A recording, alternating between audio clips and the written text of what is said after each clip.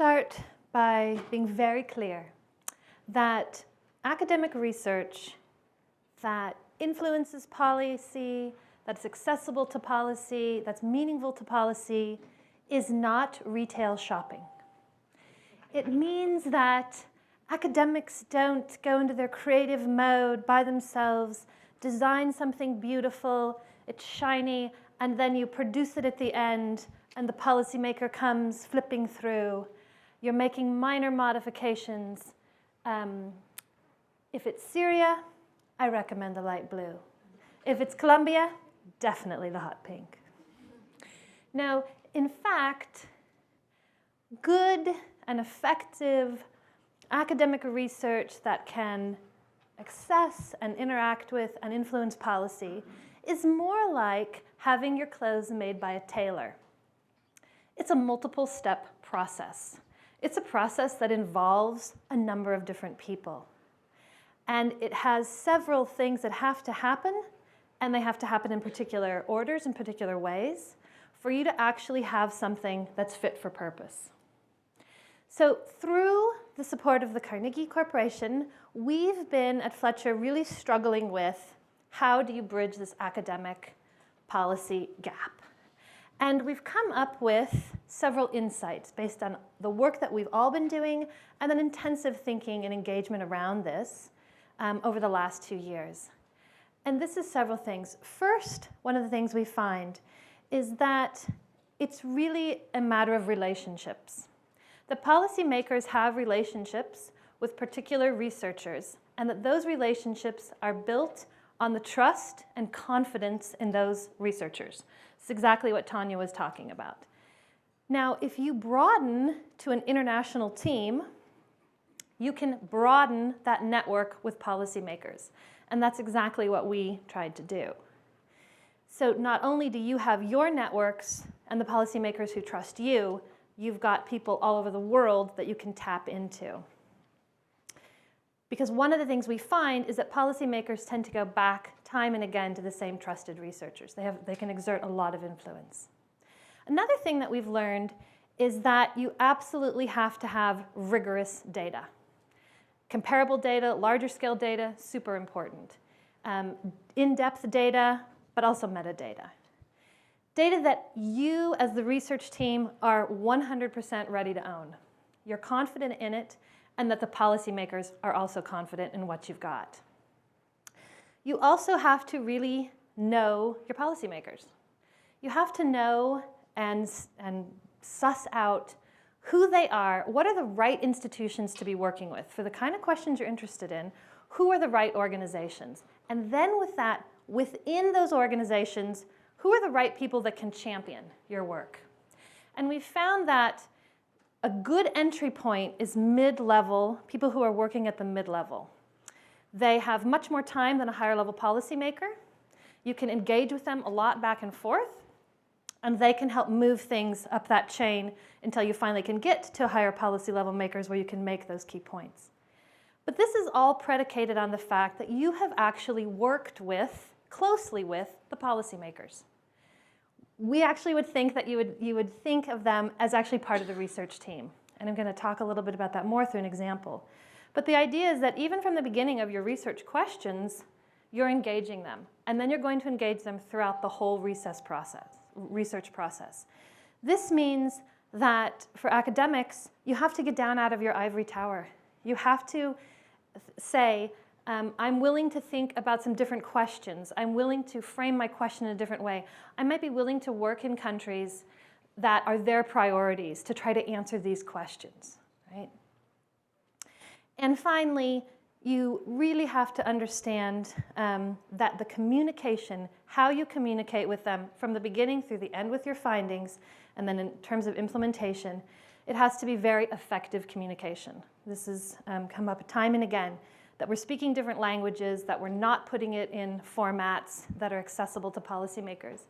So presentations need to be concise and clear, and messaging has to be actionable. But it has to be actionable on your understanding of what that organization can actually do. What's their mandate?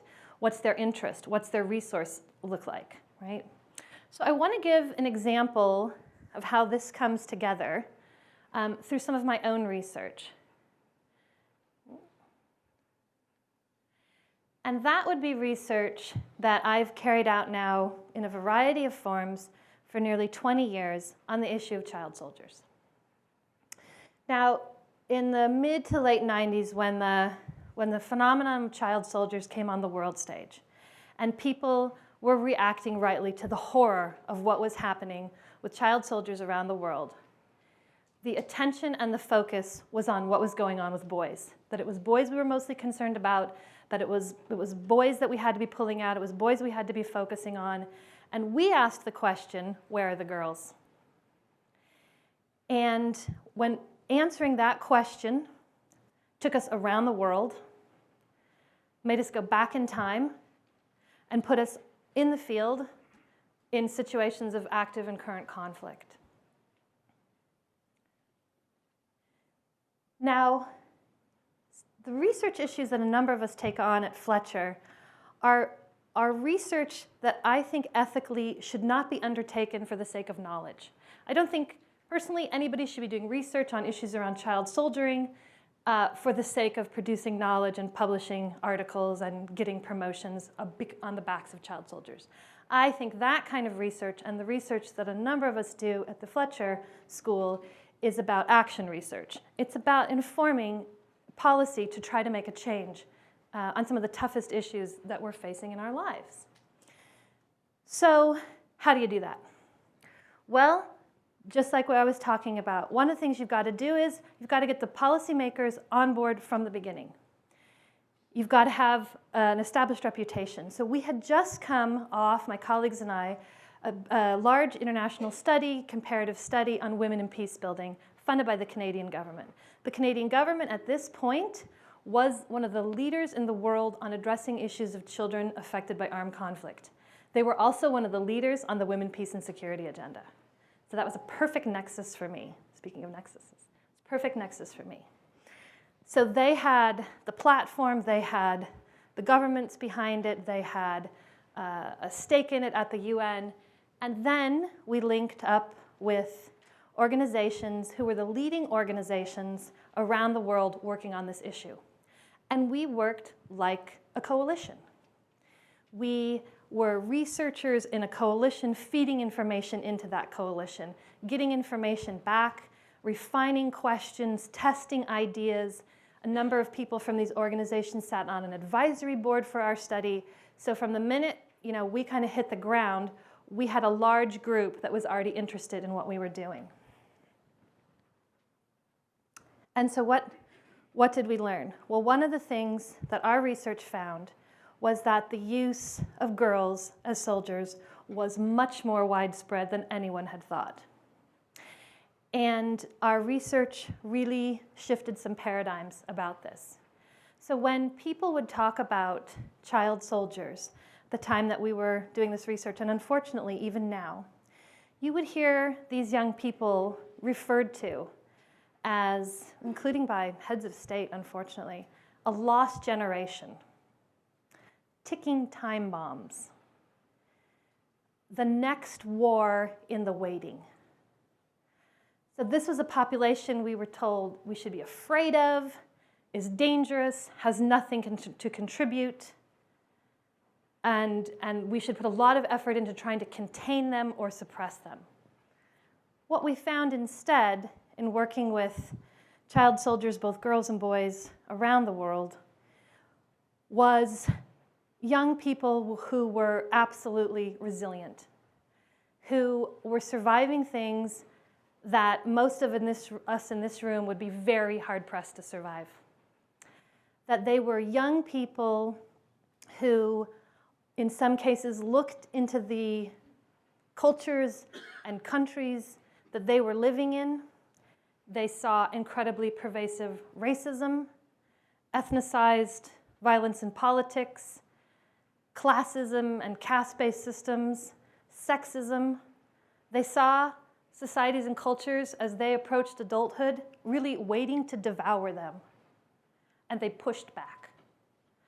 We saw young people and we met young people who had basically no choices to enter into what they did in some cases. And their biggest accomplishment was that they survived and they were maybe able to keep some of their family and friends alive. So what we learned really turned things on its head. We also learned that we have to push open this idea of what is a child soldier. And this particularly mattered for girls.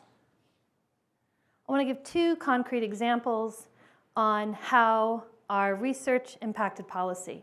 The first has to do with the Special Court for Sierra Leone. We did in-depth work there, and my colleagues and I were part of giving evidence for the team of prosecutors for the Special Court for Sierra Leone for the conviction for the first time in an international court of the crime of forced marriage. And this is against Shaun, one of the second in command of the rebel forces.